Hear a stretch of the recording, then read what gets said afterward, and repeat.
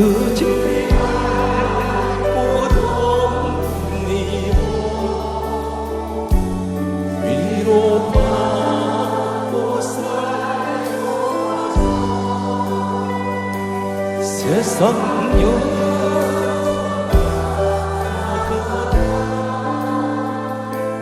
모든 것을 이뤄내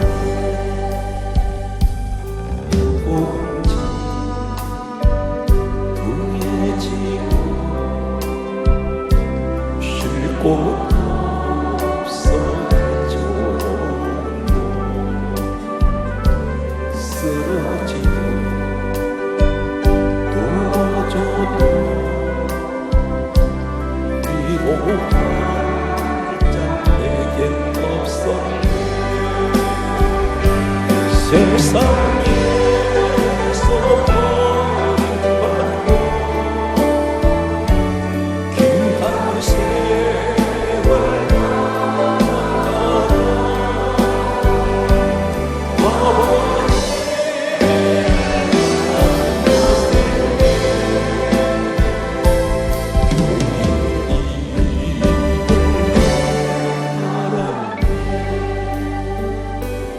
눈물로써 회개하고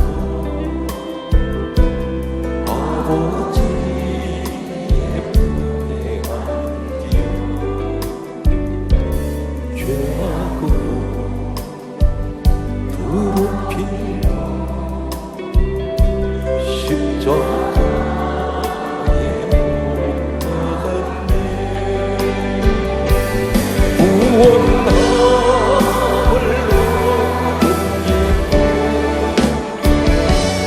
세상에서 제일 영원히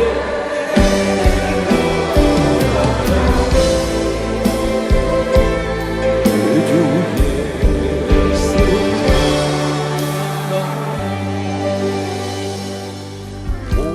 오이 기쁨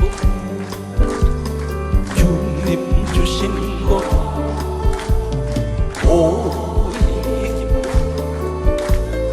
주님 주신 것 오이 기쁨 주님 주신 것 주께 영광 할렐루야 주만 찬양해. 앞뒤 동산에 꽃은 피었고 내 맘속에 우성꽃 피었네. 오이 기쁨 주님 주신 것 주께 영광 할렐루야 주만 찬양해. 높은 하늘에 총달새 부짖고 내 맘속에 기쁜 노래 있네. 오이 기쁨 주님 주신 것 주께 영광 할렐루야 주만 찬양해. 오 친구여 즐겁게 노래해. 오 친구야 즐겁게 노래해. 오이 기쁨 주님 주신 것 주께 영광 할렐루야 주만 찬양해. 손뼉 치면서 즐겁게 찬양해. 손뼉 치면서 즐겁게 찬양해. 오이 기쁨 주님 주신 것 주께 영광 할렐루야 주만 찬양해. 주님 내게 예비하신 더 기뻐함 할렐루야 주님 내게 예비하시니 더 기뻐합니다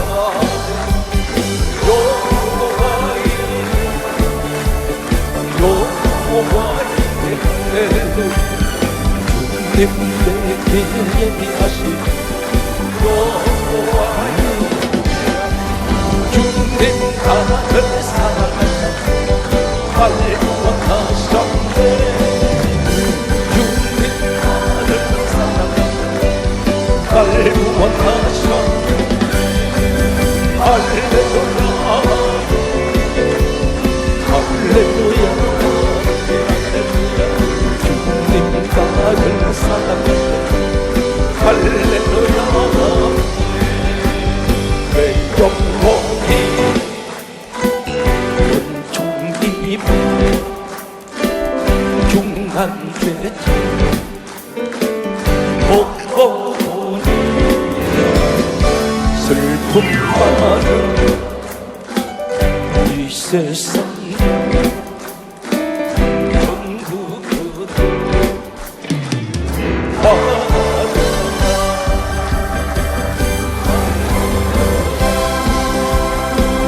전부 내 모든 죄 사함받고 주 예수와 동행하니 그분이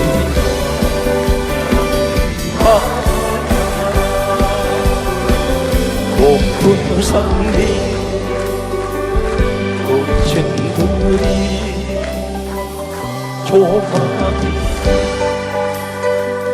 꿈거리나 내 주 예수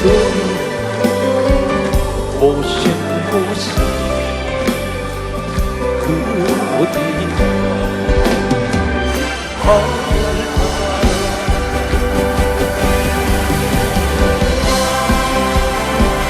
찬양하세 내 모든 죄 사함받고 예수와 동행하니 그 어디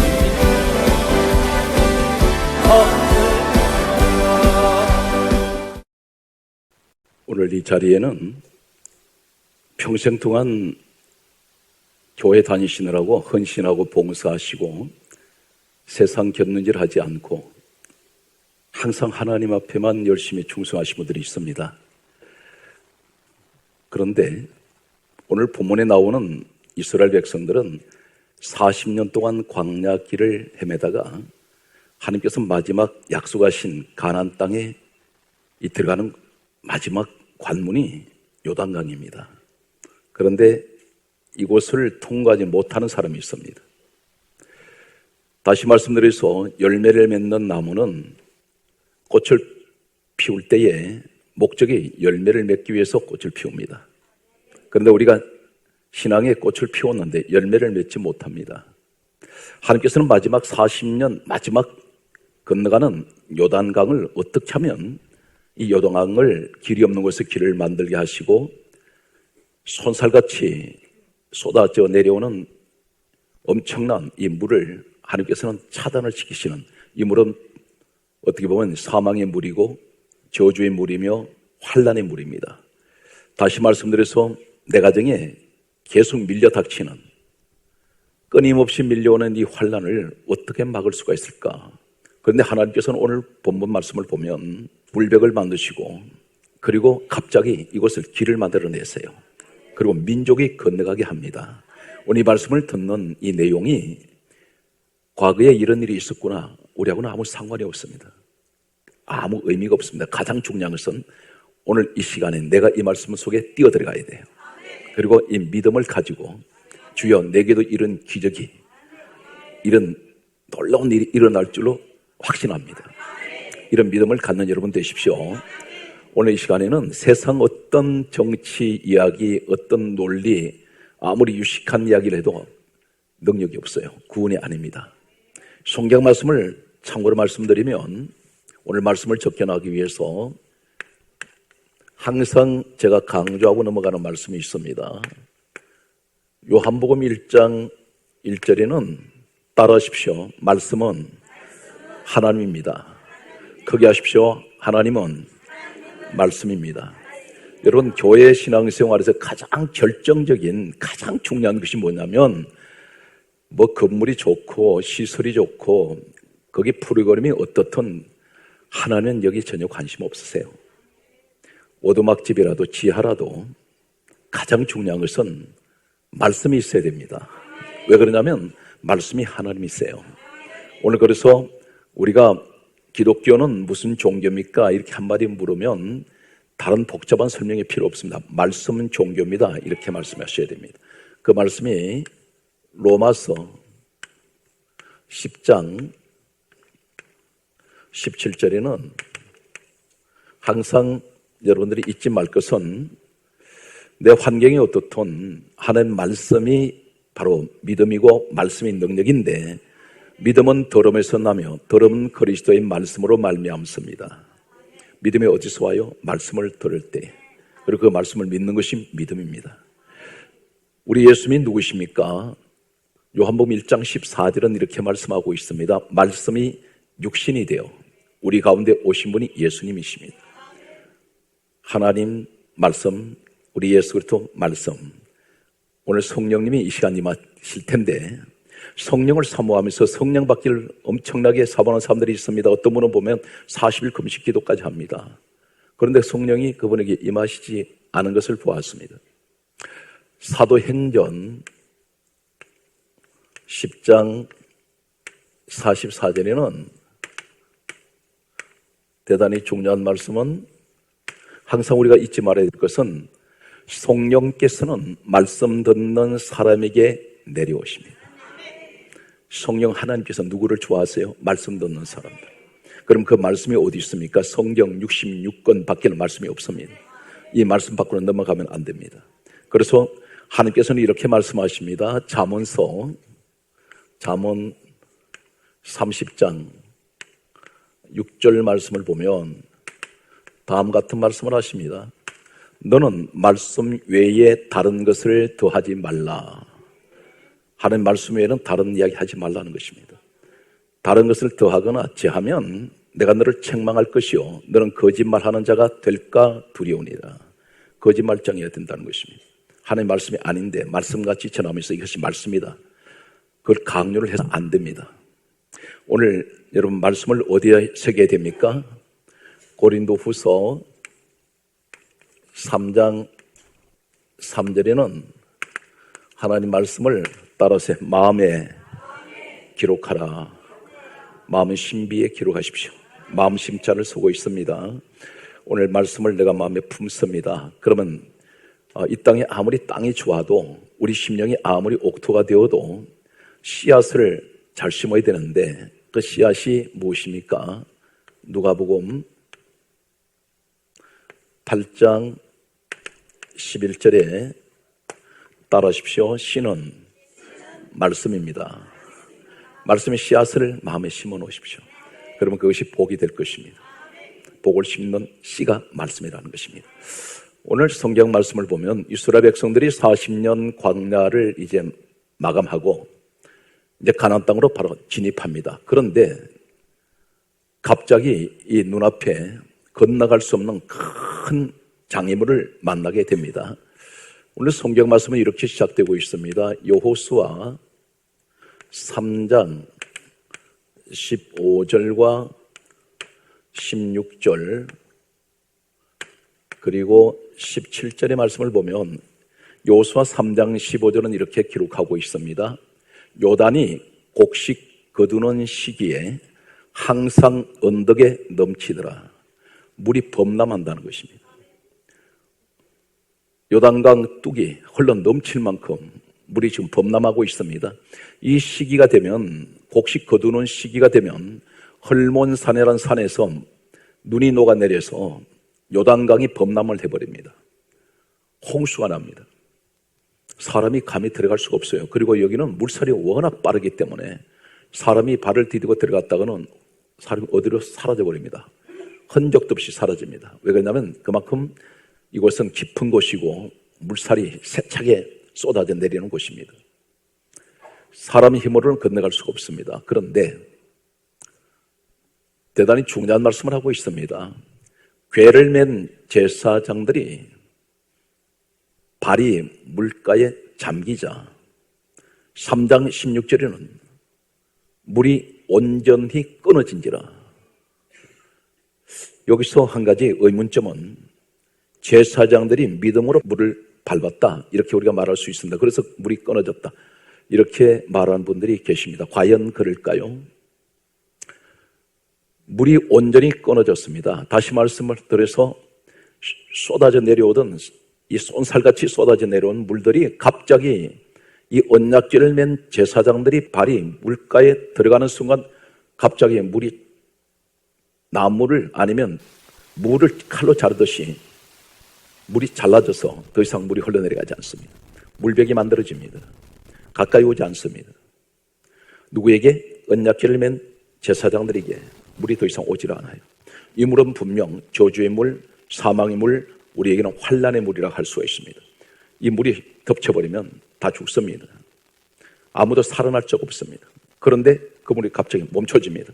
오늘 여러분들 가운데 이 시간에 여러 가지 시험이 있고 가정의 환경적으로 오는 여러 가지 문제가 있다 할지라도 이 말씀의 주인공이 되셔서 오늘 과거에 이 사람들이 제사장들이 언약궤를 메고 선 그 요단강에 나도 믿음으로 서시기 바랍니다. 그럼 반드시 내 가정에 오는 이 질병의 환난들, 저주받은 것들, 사망 골세는 다 끊어져 버립니다. 과연 무엇일까요? 여호수아 3장 17절에 여기서 등장하는 내용이 소개됩니다. 아까는 여호수아 3장 15절은 궤라고 했는데 구체적으로 성경 강조하기를 언약궤라고 성경은 여호수아 3장 17절에 기록합니다. 언약궤. 성경 말씀은 이렇게 강조하고 있습니다. 언약궤를 맨, 다시 말씀드려서 여기서 언약궤 앞에 무슨 말이 나오나요? 여호와의 언약궤라 있습니다. 하나님의 언약궤. 하나님의 여호와의 언약궤를 맨 제사장들이 요단 가운데 마른 땅에 굳게 섰고 이렇게 말씀합니다. 마른 땅이 되어버렸어요. 질퍽질퍽한 이 물이 순식간에 마른 땅이 됩니다. 인생이 질퍽질퍽하지 않아요. 그냥 잠시 전에 이 젖어있던 땅이 시궁창 같은 이 바닥이 갑자기 마른 땅이 되어서 내가 뛰어가도 거기 누워도 질퍽거리질 않아요. 우리 인생이 이런 인생이 되시기 바랍니다. 탄탄대로를 건넌 그런 우리 삶이 되시기를 예수 이름으로 축복합니다. 그런데 성경 강조합니다. 여호와의 언약궤를 맨 제사장들은 마른 땅에 굳게 섰고 또 이렇게 강조합니다. 모든 이스라엘은 마른 땅으로 건너갔더라 이렇게 말씀합니다. 민족이 건너갑니다. 오늘 이 말씀대로 한다면 하나님 이 민족에게 요단강같이 길이 없는 곳도 길 만들어 주실 것이고 어떤 국가적으로 찾아오는 모든 환난, 저주, 사망 이런 것들 다 하나님께서 차단시켜버립니다. 한순간에 물을 멈추게 하는 사람 누구세요? 우리 하나님이세요. 절대 이 언약궤를 맨 이 사람들에게 그 물이 가까이 오지 않습니다. 여러분 가정이 이런 가정 되시기 바랍니다. 오늘 성경 말씀은 그러면 이 언약궤가 뭘까? 언약궤를 제사장들이 메고 있는데 중요한 것은 제사장들 믿음 때문에 언약궤를 맨 이 제사장 믿음 때문에 물이 끊어진 것이 아니란 사실입니다. 가장 중요한 것은 성경 강조하는 것은 무엇입니까? 언약궤 때문에 물이 끊어져 버려요. 저주가 오질 않아요. 우리에게. 그럼 언약궤 비밀을 우리가 한번 찾아가 보겠습니다. 신약에 와서 히브리서 9장 4절에 보면 이 언약궤 안에 세 가지가 있다고 말씀합니다. 그 세 가지가 어떤 것이냐면 성경은 대단히 중요한 말씀을 구약의 사건을 신약에 와서 이 사건을 말씀합니다. 언약궤 안에 세 가지가 있는데 첫째는 여기 무엇이냐면 만나가 있습니다. 만나를 담은 금 항아리가 있고 쌍난 지팡이가 있어요. 그리고 세 번째가 두 돌판이 들어있습니다. 언약의 돌이라고 말씀합니다. 세 가지가 들어있는데 이 궤 안에 세 가지가 들어있는 이 의미는 무엇일까요? 오늘 세 가지는 전부 다 죄와 관련이 되어 있습니다. 어떤 죄와 관련이 되어 있을까요? 성경 말씀을 먼저 보게 되면 출애굽기 32장 19절과 민수기 17장 5절과 또 민수기 21장 5절에서 6절 말씀을 보면 세 가지가 들어 있습니다. 이 전부 다 죄와 관련이 되어 있습니다. 만나, 아론의 쌍난 지팡이, 그리고 두 돌판, 십계명. 이 궤 안에 세 가지가 있는데 이것이 왜 죄와 관련이 되어 있을까? 첫째는 모세가 시내산에 40일 주야로 하나님 앞에 이제 시내산 꼭대기에서 만나 뵙고 하나님께서 친히 만들어 주셨던 두 돌판이 있습니다. 이 십계명입니다. 거기다 글을 써주셨어요. 첫 번째 돌판은 가지고 내려오다가 출애굽기 32장 19절에 보면 어떤 일이 있었냐면 황금 송아지를 만들어 놓고 우상 앞에 춤추고 뛰노는 사람들 보고 이 돌판 던져버립니다. 깨져버렸습니다. 왜 깨졌어요? 우상 섬기다가 깨졌단 말입니다. 죄 문제 때문에 깨졌습니다. 그러면 지금 언약궤 안에 있는 이 돌은 무슨 돌판이냐? 두 번째 만든 돌판이에요. 죄로 인해서 첫 번째 돌판은 깨져버렸고 하나님께서는 똑같이 만들어서 가지고 올라오라 했습니다. 그래서 인간이 만들어서 가지고 올라갔는데 하나님께서 거기에 다시 글을 써주셨어요. 이 언약궤 안의 돌판은 죄로 인하여 만들어진 돌입니다.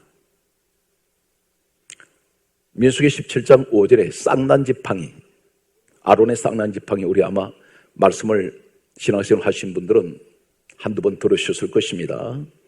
그런데 이 쌍난 지팡이가 마른 막대기에 싹이 나고 꽃이 피고 열매 맺는데 살구 열매 맺혔는데 이 쌍난 지팡이가 왜 하나님께서 이 표징을 보여주셨느냐면 문제가 있습니다. 민수기 17장 5절에 쌍난 지팡이를 하나님께서 보여주실 때 원망하는 것 때문에 이 쌍난 지팡이를 주신 거예요.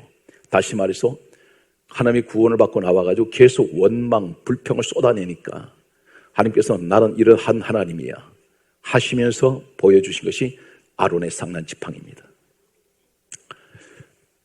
민수기 21장 5절에서 6절에 보면 언약궤 안에 또 한 가지 들었는데 만나를 담은 금항아리. 만나가 왜 죄와 관련이 있느냐? 이 사람들이 민수기 21장 5절에 보면 이렇게 말합니다. 이 만나를 가리켜서 이 하찮은 음식을 우리는 싫어하노라. 만나가 싫다는 것입니다. 그때 하나님께서 진노하셔서 민수기 21장 6절에 보면 불뱀을 보면서 수많은 사람들을 물어 죽게 만듭니다. 두 돌판, 쌍난 지팡이, 만나 전부 죄와 관련이 있습니다. 그런데 이것이 전부 다 언약궤 안에 들어있어요. 그런데 이 죄와 관련 있는 것들이 죄로 인해서 나온 것들인데 이것을 전부 다 그 안에 넣어놓고 제사장들이 그걸 내고 있는데 이것이 뭐 그렇게 대단합니까? 그런데 가장 중요한 오늘 말씀의 가장 핵심이 되는 내용이 뭐냐면 대단히 중요한 말씀이 있죠. 출애굽기 25장 21절과 레위기서 16장 15절 말씀을 보면 이 언약궤 세 가지가 들어가 있는 이 언약궤를 하나님께서 말씀하시기를 출애굽기 25장 21절에 궤 위에 속죄소를 얹어라 이렇게 말씀하세요. 속죄소. 속죄소라는 것이 있습니다. 이 속죄소가 뭘까? 그런데 레위기 16장 15절에는 이렇게 말씀합니다. 이 속죄소 위에다가 피를 뿌리라 이렇게 말씀하세요. 이제 주목합니다. 피를 뿌리라는 말이 무슨 말이냐면 즉 언약궤 뚜껑 위에 속죄소라는 것이 있는데 여기다가 피를 뿌리라는 말씀은 피를 흠뻑 적시도록 갖다 뿌리면 어떻게 됩니까? 온통 언약궤가 피로 물들어져 버립니다. 흥건하게 젖어져 버립니다. 땅바닥으로 이것이 타고 내려옵니다. 완전히 언약궤가 피로 덮어버립니다. 그러면 속죄소라는 의미가 뭘까? 속죄소. 속죄소라는 말은 원어에 보게 되면 한글에는 속죄소 이렇게 한글 번역이 되어 있습니다. 그런데 이것을 보면 무슨 의미인지 잘 모릅니다. 히브리어의 원어에 보게 되면 캅,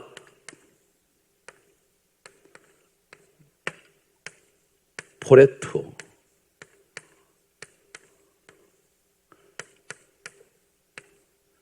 카포레토입니다.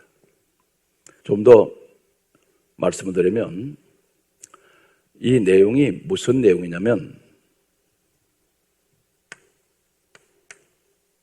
카파르란 말에서 유래가 되었습니다. 이 카포레트란 말은 카파르란 말의 히브리어에서 유래가 되었는데 이 속죄소의 피를 부음으로 어떤 일이 있냐면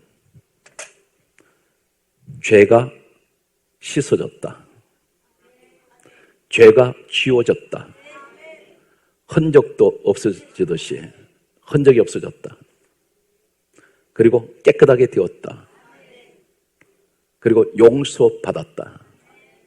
그리고 죄가 면제받았다는 그 의미가 이 속죄소의 의미입니다. 언약궤에 이 피를 위에다 붓는 것은 이 피는 누구 피입니까? 죄인들의 죄를 대신해서 죽은 희생제물의 어린 양의 피입니다. 그러면 이 내용이 무슨 얘기일까요? 대단히 중요한 말씀이 있죠. 이 피가 무엇을 의미할까? 그러면 이 내용은 지금 창세기, 출애굽기, 레위기, 민수기, 신명기는 누가 기록했느냐면 모세가 기록했습니다. 그래서 모세 오경이라고 부르고 모세 율법이라고 부르죠. 그런데 이 모세가 기록했던 출애굽기, 민수기 전부 내용은 모세가 기록한 책인데 레위기까지.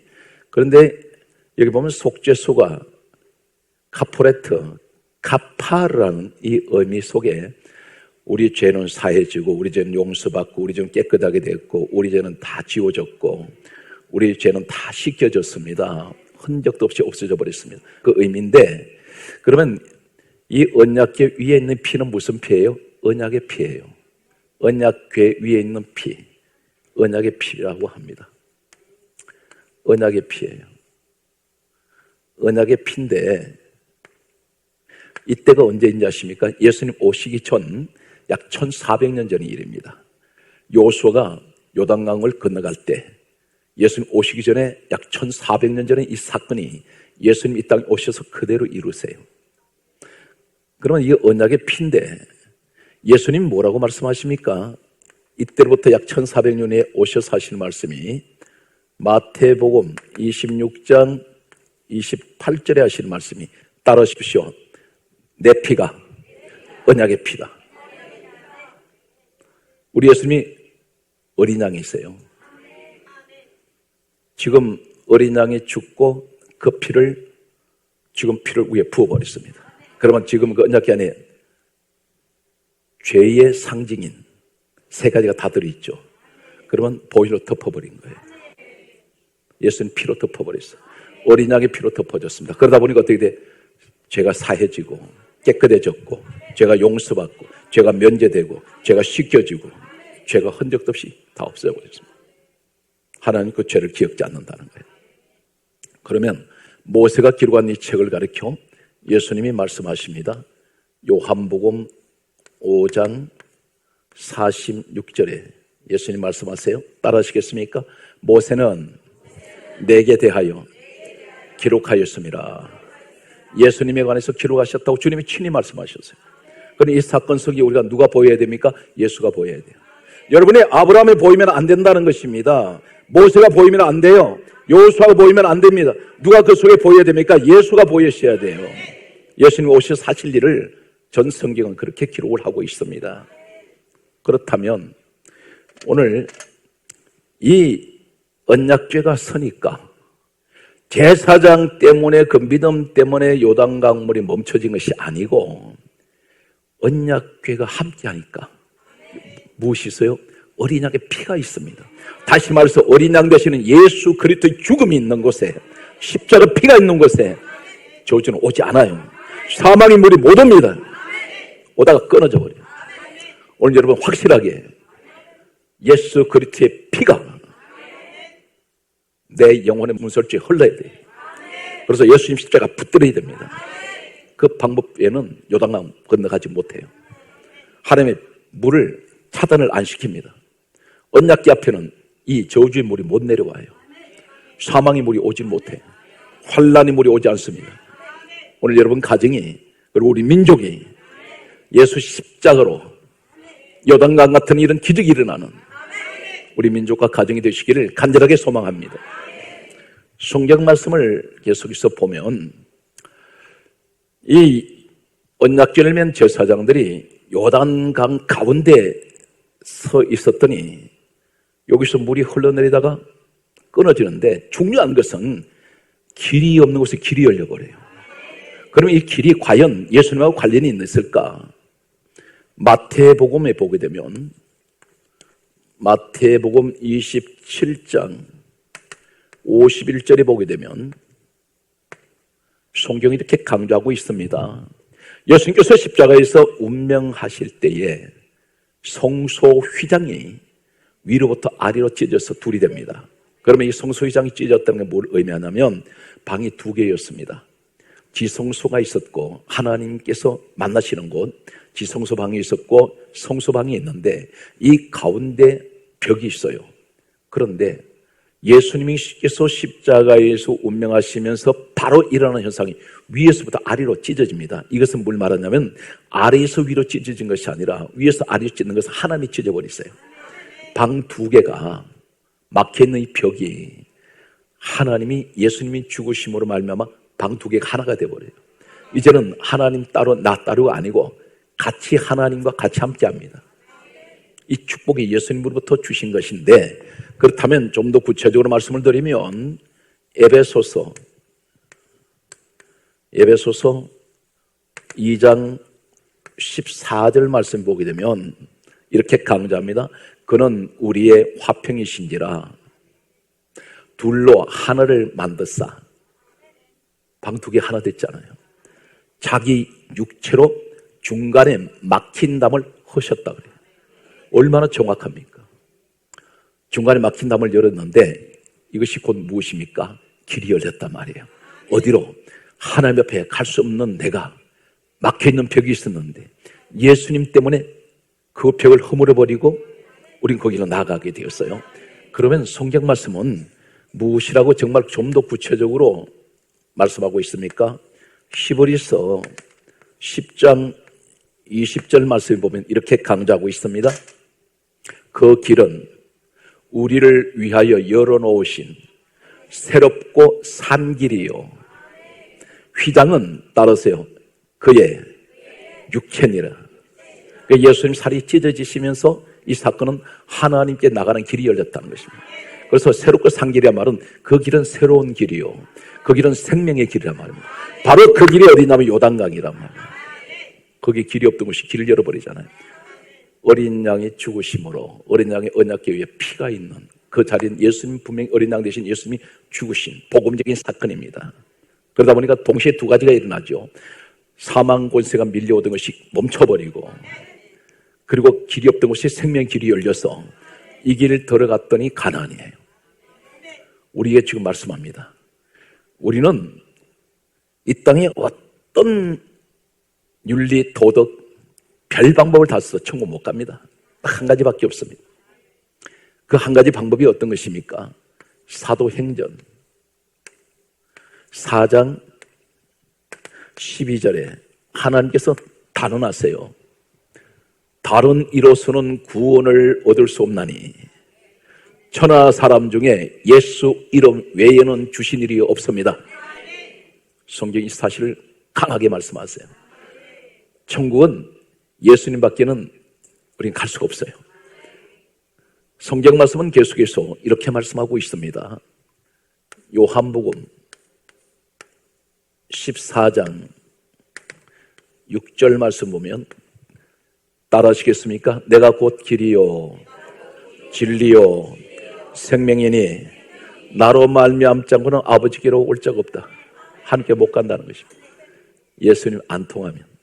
그래서 내가 곧 길이요, 이 말씀은 요단강의 이 길이 바로 생명의 길이고 구원의 길이고 축복의 길이고 하나님께서 만들어 놓은 유일한 길 하나예요. 바로 이 길은 우리 예수님의 생명의 길입니다. 오늘 이 자리에 가장 중요한 것은 성경은 지식으로 남으면 안 됩니다. 믿음으로 와야 되는데 머리로 오면 안 돼요. 가슴으로 와야 돼. 마음으로 믿어져야 됩니다. 그것이 무엇입니까? 결론은 오늘 무슨 얘기냐면 여기까지 말씀을 정리하면 내 인생에 사정없이 밀려오는 손살같이 밀려닥치는 수많은 저것을 인간의 힘으로 막을 수 없는 이 요단강 같은 이런 강물들이 밀려닥칠 때에 사망의 저주가 밀려올 때에 내가 오직 그것을 막아낼 수 있는 것은 어린 양 되시는 예수 그 피가 아니면 제사장들이 언약궤를 메고 섰더니 갑자기 밀려닥치던 물이 멈춰버린다는 겁니다. 분명히 이 물은 사망의 물입니다. 저주의 물입니다. 환난의 물입니다. 시험의 물입니다. 우리에게 닥쳐오는 인생의 모든 문제는 예수 그리스도, 나를 위해서 죽으신 예수 그리스도 함께하면 저주가 오질 않아요. 귀신들은 예수님을 멀리서 보고도 무서워서 떠는 자들입니다.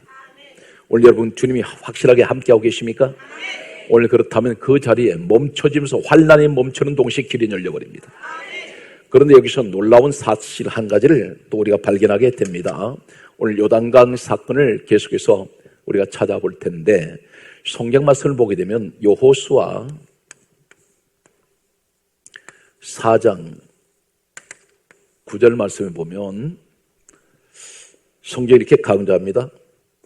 언약궤를 맨 제사장들이 요단 가운데 발이 선 곳에 돌 12개를 여기다가 세우라 그랬습니다. 12개 돌. 12개 돌을 세우라 그러셨어요. 어디에다가? 요단강 가운데에다가. 무슨 의미일까요? 12개의 돌은 12지파를 말합니다. 그런데 지금 요단강 가운데 제사장대에 서 있는 발바닥에 있는 발이 선 그곳에다가 돌 12개를 세우는데 이 의미가 어떤 것이냐면 지금 이 언약궤는 어린 양의 피가 있어요. 어린 양의 죽음이 거기에 있습니다. 그 요단강 가운데 서 있는 거예요. 여기다 돌을 세워놓으면 나중에 물이 흘러내릴 때 다 수장돼 버리죠. 무엇을 말하냐면 내가 예수와 함께 장사되어야 돼요. 그럼 이게 뭘까 우리한테? 바로 이 사건이 정확하게 성경에 기록하고 있는 것은 로마서 6장 4절에 이렇게 말씀합니다. 여러분 세례 받으셨죠?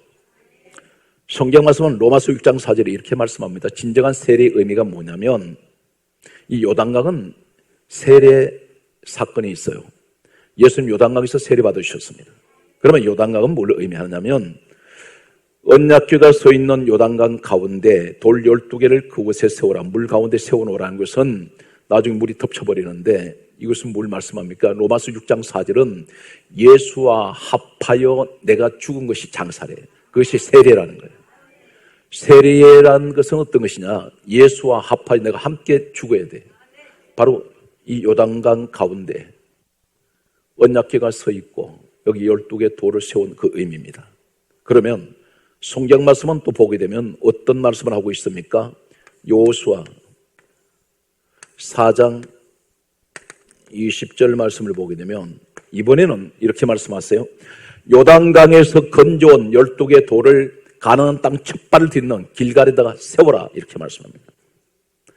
이것이 바로 뭐냐면 내가 부활된 거예요. 난 거듭났어요. 나는 새롭게 되었어요. 그러면 길갈이라는 의미가 어떤 뜻이냐면 따라서요. 굴리다. 무엇을 굴려야 돼요? 세상 것을 나는 지나간 옛사람의 모든 건 다 굴려버려야 돼요. 이젠 다 버렸습니다. 수치스러웠던 것. 나는 요단강에 죽고 그리고 돌 12개 다시 세운 것은 나는 거듭났습니다. 나는 이제 가나안 사람이 되었습니다. 난 가나안 땅에 약속의 땅에 들어왔습니다. 그런데 언약궤는 어떻게 합니까? 언약궤가 가나안 땅으로 올라오죠. 이것이 바로 뭐냐면 예수님의 십자가 사건과 부활 사건이 동시에 연결됩니다. 물속에서 나오셨어요. 그런데 오늘 이 자리에 살아온 성도 여러분, 내가 육이 죽는다. 잘 보세요. 육이 죽었다. 뭘 의미할까요? 나 혼자 죽은 것이 아니에요. 당신은 진정한 예수님 십자가에 동참하고 있는 사람이에요. 과거에 내가 예수 믿기 전에 혈기가 많았고 정욕적이었고 좋은 생각이 세상적이었는데 예수를 믿고 난 후에 내 자신 돌아봐도 많이 변한 것 같아요. 나쁜 쪽으로 변한 것이 아니라 주님을 많이 닮았어요. 사람이 상당히 온유해졌고, 여러분들 얼마나 아직도 안 변했으면 아멘 소리를 안 할까? 오늘 이 시간만 해도 변하십시오. 다시 제가 기회를 드리겠습니다. 나는 과거의 나의 옛사람을 돌아보면 참 세상적이었고 참 술 좋아했고, 그리고 이 그림 공부 좋아했고, 그림 공부 뭐인지 보십니까? 화투. 그리고 청량리로 갈까요? 영등포로 갈까요? 여러 가지로 좋아했는데 예수를 영접하고 내가 진정으로 변화됐다는 것, 나 자신을 내가 볼 때에 참 내가 많이 변했구나. 그렇다면 한 가지 기억하십시오. 당신 스스로 변화된 것이 아니라 당신은 예수님 십자가에 동참하고 있는 사람. 예수와 함께 내가 죽어버린 거예요. 죽었더니 이제 남은 것이 뭡니까? 이제는 가나안에 부활의 축복만 남았어. 거듭나버려. 변화됐다만. 그러면 여기 같이 올라오는 것이 누구냐? 언약궤가 다시 올라와요. 우리 예수님 십자가에 죽으시고 사흘 만에 부활하세요. 그런데 여기서 우리는 어떻게 그러면 살아야 됩니까? 성경 말씀을 우리가 보게 되면 대단히 중요한 말씀이 있습니다. 누가복음 3장 21절에 보면 놀라운 말씀이 있습니다. 주목합니다. 예수님이 요단강에 세례받는 사건이 나와요. 백성들이 다 세례를 받고, 성경 말씀은 그렇게 강조합니다. 누가복음 3장 21절에 백성들이 다 세례를 받고 예수님도 세례받고, 어디에서? 요단강에서. 1400년 후에 그 현장이 재현되는 거예요. 예언과 실체가 이루어져요. 백성들도 요단강에서 세례받았어요. 예수님도 세례받으셨다 그래요. 그러면 함께 요단강에서 같이 세례받으셨습니다. 그런데 오늘 이 현장은 어떤 현장입니까? 내가 옛 사람이 죽었다고 생각하는 사람은 예수님과 함께 나는 이미 함께 장사된 사람인데, 나는 예수님 십자가에 동참하고 있는 사람이라면 어떤 일이 일어납니까? 기도할 때에 5가지가 일어나요. 따라서 하늘이 열리고, 여러분들 오늘 그 현장의 주인공 되십시오. 반드시 세례를 통과하지 않는 사람은 기도할 때 하늘이 안 열립니다. 세례는 다 죽는 거예요.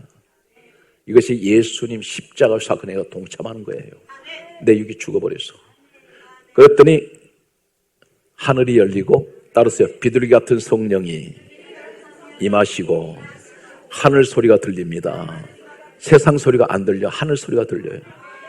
그러면서 네 번째, 이는 내 사랑하는 아들이요 내 기뻐하는 자라. 오늘 여러분 그 주인공 되십시오.